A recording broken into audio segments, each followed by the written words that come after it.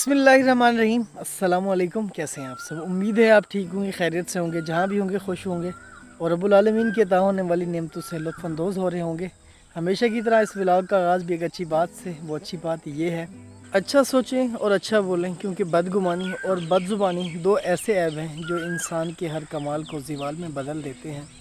अगर हम किसी के साथ अच्छा ना बोलें, वो कौन सा हमारे साथ बैठना पसंद करेगा? वो हमारे साथ बात करना ही पसंद नहीं करे, बैठना तो दूर की बात है।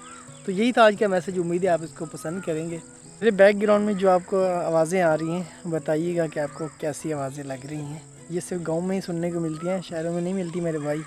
दरख्त अल्लाह ताला की वो नेमत है जिसका कोई सानी नहीं है। दरख्त लगाने को सदका जारिया भी कहा गया है। अगर कोई शख्स अपनी ज़िंदगी में कोई दरख्त लगाए और मेहनत करे, उसे अपनी ज़िंदगी में उसका मेहनत का फल मिले या ना मिले, लेकिन उसकी आने वाले नस्लों का उसका फल ज़रूर मिलेगा।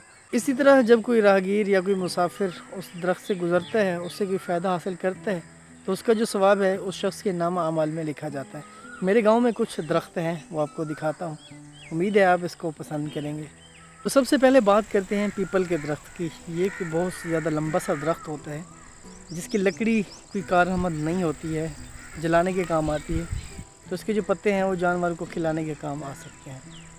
तो ये आपको दिखाते हैं।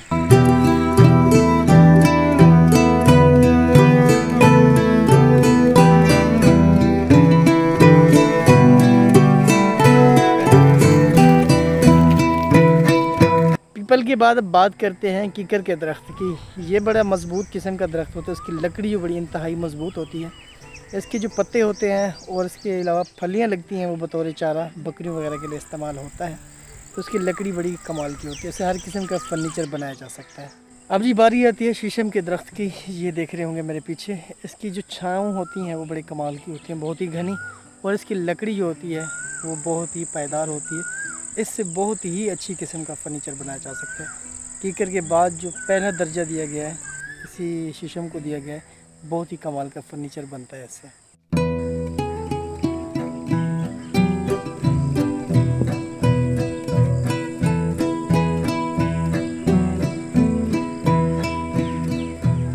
शीशम के बाद बात करते हैं अब खजूर के दरख्त की। ये आप देख रहे होंगे मेरे पीछे, ये खजूर का दरख्त है और ये तकरीबन काफ़ी लंबा सारा होता है। और इसके कुछ दिनों बाद सीज़न आने वाला है। इसको जो खजूरें लगेंगी तो हाय हाय क्या ही बात होगी। ताज़ी खजूरें जब तोड़ के खाएंगे तो कितना ही मज़ा आएगा, मज़े की होंगी ना। तो ये दिखाते हैं आपको। अभी कुछ खजूरें नीचे गिरी हुई हैं, तो इस तरह की कुछ नज़र आ रही हैं। अभी ये कच्ची हैं, तो मज़ीद इनको पकने में टाइम है। कुछ इस तरह की डालियाँ लगती हैं खजूर की।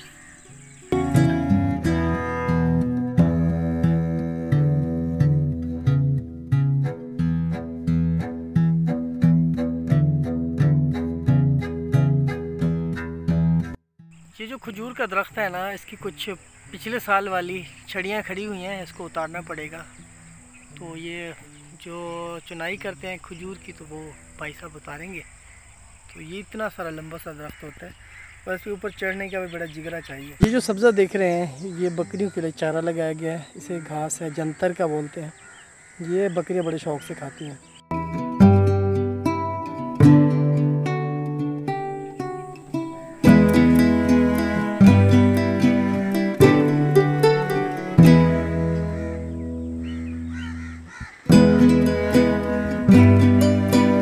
कुछ दिन पहले मैंने आपको कपास की फसल दिखाई है। अभी अल्हम्दुलिल्लाह बढ़ना शुरू हो गई है। पहले इस पर पानी नहीं लगा हुआ था, अब पानी लग चुका है। इसकी दो किस्में हैं, मतलब दो तरीके से लगाई जाती हैं। खेलों पे लगाई जाती हैं, दूसरी ऐसे नाली करके लगाई जाती हैं कतार की शक्ल में। तो जो ये जो नाली वाली हैं इस पर कुछ कम खर्चे आते हैं, पानी कम लगाया जाता है। वो जो दूसरी खेलने वाली है ना, उस पर पानी ज़्यादा खर्च होता है।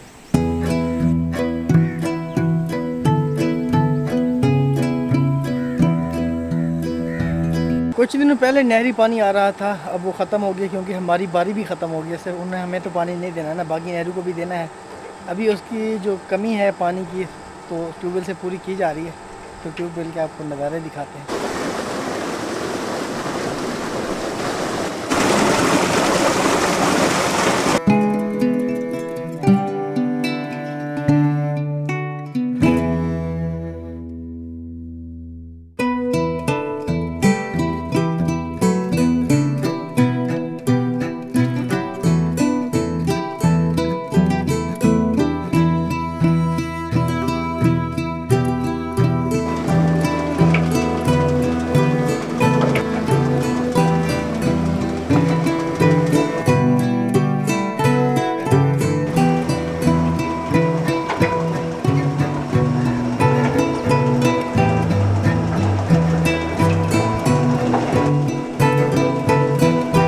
बारी आती है नीम के दरख्त की। ये मेरे पीछे देख रहे हैं, ये है नीम का दरख्त। इसके पत्ते बड़े काम के होते हैं।